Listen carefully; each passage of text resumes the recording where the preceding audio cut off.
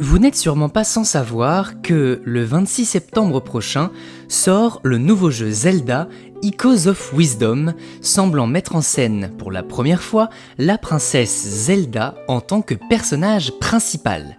Si, pour la première fois. Si une partie des joueurs semble apprécier la nouvelle, cela n'a pas l'air d'être le cas de tout le monde.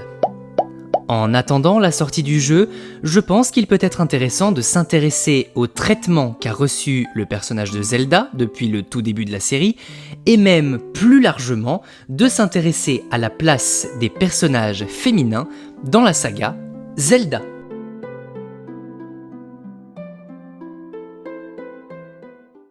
Évidemment, quand on pense aux femmes dans Zelda, on pense immédiatement à la princesse elle-même. Présente depuis le tout premier jeu de la série, sorti en 1986, son rôle est au départ extrêmement limité. Effectivement, la princesse n'entre en scène qu'à la toute fin du jeu et joue le rôle de la demoiselle en détresse. Elle ne sert alors que de récompense, ni plus ni moins, et représente typiquement la pauvre princesse délivrée par son preux chevalier. Il se passe à peu près la même chose dans le deuxième opus de la série, où Link doit réussir à délivrer la princesse de son sommeil éternel, événement prenant évidemment inspiration dans le conte de la Belle au bois dormant. On remarque clairement que, au début de la série, la princesse Zelda ne sert pas vraiment à grand chose, mis à part de récompense finale, alors même que le titre du jeu porte son nom. Pourtant, ce rôle va très vite prendre de la valeur dans les jeux suivants, comme dans Ocarina of Time par exemple. Dans cette histoire, la princesse fait partie des personnages clés et se révélera même être une sage au fil de l'aventure. Si les premiers jeux ne présentaient pas d'histoire très élaborée, expliquant le rôle assez pauvre de Zelda dans ceux-ci, dès qu'ils proposent une plus large variété de personnages et d'événements, la princesse semble être positionnée dans une place assez centrale. Bien que certains épisodes la reculent un petit peu au second plan, comme dans Twilight Princess par exemple, elle perd de plus en plus son rôle de demoiselle en détresse, très visible dans The Wind Waker, où Zelda ne sait même pas qu'elle est une princesse et dirige même une bande de pirates. Elle vient briser les codes des princesses que l'on a vu jusqu'ici, un caractère fort, une peau mate, une arme à la ceinture, une coiffure exubérante, etc. Dans Breath of the Wild et dans Tears of the Kingdom, la princesse Zelda est dotée d'une personnalité encore plus développée.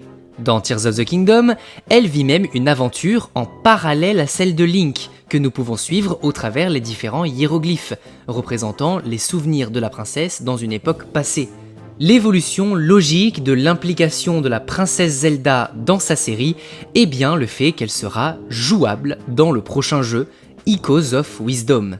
Déjà jouable dans certains spin-offs comme les Hyrule Warriors ou encore Cadence of Hyrule, c'est la première fois qu'elle est le personnage principal d'un jeu officiel. Et pourtant, à l'époque des différents trailers avant la sortie de Tears of the Kingdom, certains théorisaient déjà le fait que la princesse Zelda serait potentiellement jouable dans l'opus à venir, ce qui n'a pas été le cas finalement. Passer de simples récompenses de fin aux 2 lignes de dialogue en 1986 au personnage principal de son propre jeu en 2024, on peut dire que Zelda est un personnage qui a su évoluer avec sa série.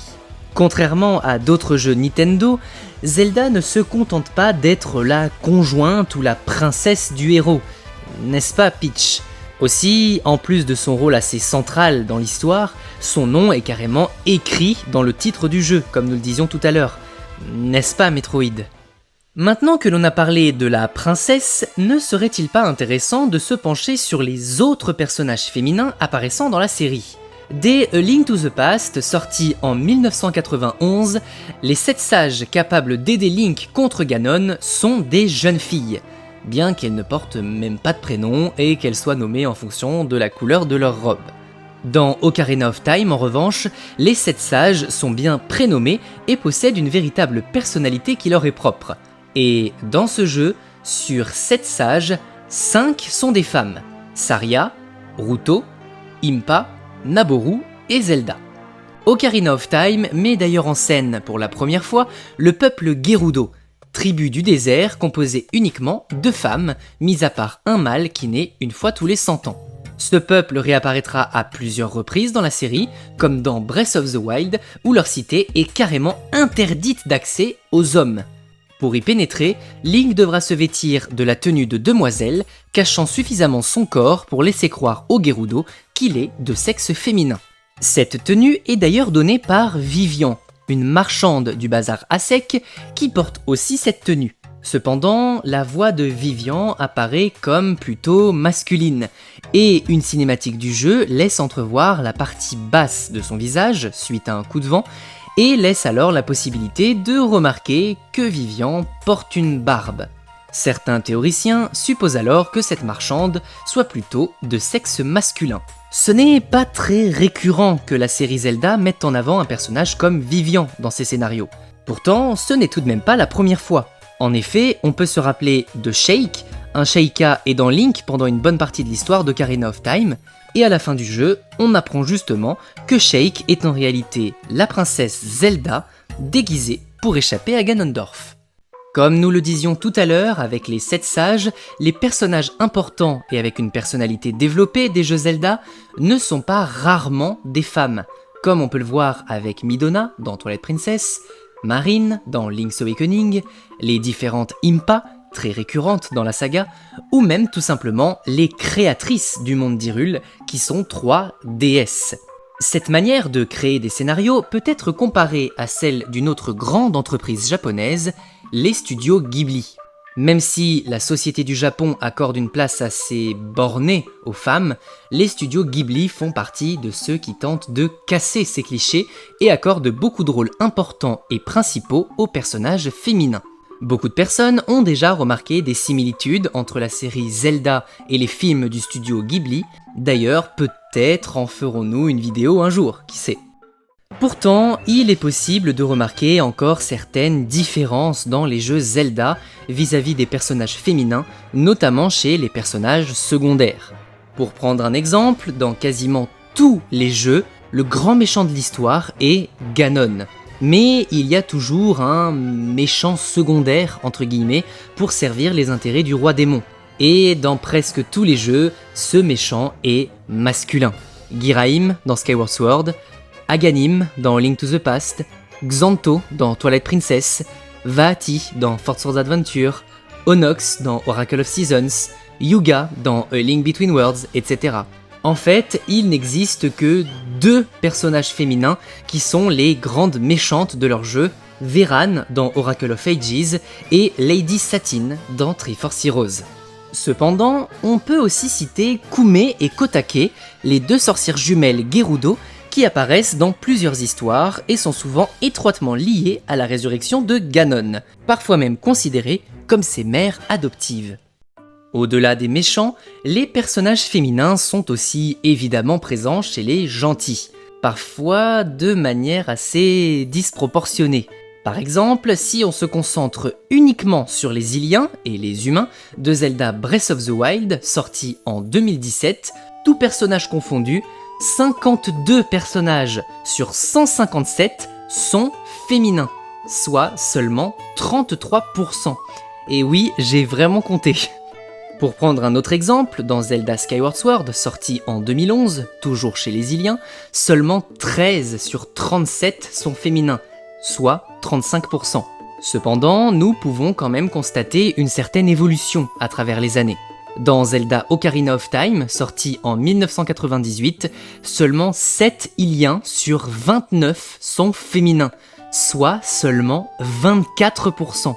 Pourtant, il existe quand même des jeux où la proportion semble plus équitable, comme Zelda The Minish Cap par exemple, où 17 Hyliens sur 34 sont féminins, soit 50%. Même si bon, le jeu a été développé par Capcom et non pas par Nintendo, mais quand même. Avec ceci, il existe d'autres peuples présentés dans les jeux Zelda. Même si dans les jeux les plus récents, on observe plus souvent la présence de membres féminins, cela n'a pas non plus été toujours le cas. Par exemple, dans Majora's Mask ou Ocarina of Time, le peuple Zora, personnage mi-humain, mi-poisson, comporte un seul et unique membre féminin, Ruto dans un cas et Lulu dans l'autre. Cependant, on peut accorder ça au fait que ces jeux soient sortis sur Nintendo 64 dans les années 90, et donc que, mis à part les personnages importants scénaristiquement, tous les membres des peuples d'Hyrule étaient physiquement identiques. Pourtant, même chez le peuple Piaf, dans The Wind Waker, jeu où chaque personnage est différent, il n'existe aussi qu'un seul membre de sexe féminin, Medoli. En revanche, comme expliqué plus tôt dans la vidéo, les jeux Zelda mettent en scène, dans plusieurs jeux, le peuple Gerudo, quasi exclusivement féminin. Nous pouvons aussi citer le peuple Goron, qui, à première vue, semble complètement masculin et semble ne comporter que des hommes. Mais les joueurs les plus attentifs auront tout de même remarqué que des Gorons sont présents dans la cité Gerudo de Breath of the Wild, pourtant interdite aux hommes. D'ailleurs, l'un de ces Gorons dira à Link que les Gerudo l'ont considéré comme une femme et qu'il ne sait même pas lui-même si les Gorons sont masculins ou féminins. Avant de clôturer cette vidéo, il peut être intéressant de comparer la série The Legend of Zelda avec d'autres séries de jeux qui gravitent autour d'elle. Pour continuer sur les proportions, en prenant des jeux Nintendo proches de Zelda, on peut aussi remarquer une évolution au fil des années dans les personnages jouables. Prenons la série Mario Kart par exemple. Dans l'opus Wii, sorti en 2008, 7 personnages sur 24 sont féminins, soit 29%. Dans Mario Kart 8 Deluxe, sorti en 2017, et qui a reçu de nouveaux personnages en 2023, 17 personnages sur 47 sont féminins, soit 36%. Dans la série des Super Smash Bros, les chiffres sont encore plus flagrants. Dans Super Smash Bros Brawl, sorti sur Wii en 2008, seulement 4 personnages sur 35 sont féminins, soit seulement 11%. Dans Super Smash Bros Ultimate, sorti sur Switch en 2018, 21 personnages sur 89 sont féminins, soit 24%. Pour conclure cette vidéo, on remarque bien que les femmes de la série Zelda ont parfois des rôles importants, notamment la princesse elle-même qui donne son nom à la série. Cependant, on peut remarquer que les proportions chez les personnages ne sont quasiment jamais égalitaires. Mais après tout, est-ce qu'on ne se ficherait pas un peu du genre attribué à un amas de pixels ? Eh bien, à titre personnel, je serais tenté de dire que si, mais cela n'a pas l'air d'être vraiment encore le cas pour tout le monde. Comme nous le disions en début de vidéo, les avis sur la prochaine jouabilité de Zelda dans Echoes of Wisdom ne sont pas tous unanimes, un peu comme l'annonce d'un personnage jouable féminin dans le prochain GTA 6. Avec ceci, tous les joueurs n'ont pas l'air de se désintéresser de ce genre de sujet, quand on voit l'apparition de théories sur le genre de Birdo dans Super Mario par exemple, ou sur le genre de Frisk dans Undertale, ou même sur le genre de Mangle dans Five Nights at Freddy's, etc. C'est un sujet qui fait parler, c'est comme ça. En plus de Echoes of Wisdom qui va venir s'ajouter à cette liste, il existe quand même des jeux où le personnage principal est une femme, comme Tomb Raider, Bayonetta, ou même des jeux Nintendo comme Metroid. Cependant, Nintendo a déjà trouvé des parades pour éviter ce genre de questions, comme dans Splatoon 3, où on demande au joueur de choisir son apparence et non plus son genre, comme dans les anciens jeux. Merci beaucoup d'avoir regardé cette vidéo, j'espère qu'elle vous aura plu et je serai ravi de voir dans les commentaires ce que vous en avez pensé. Restez tout de même respectueux, s'il vous plaît. Et sur ce, moi je vous dis à bientôt.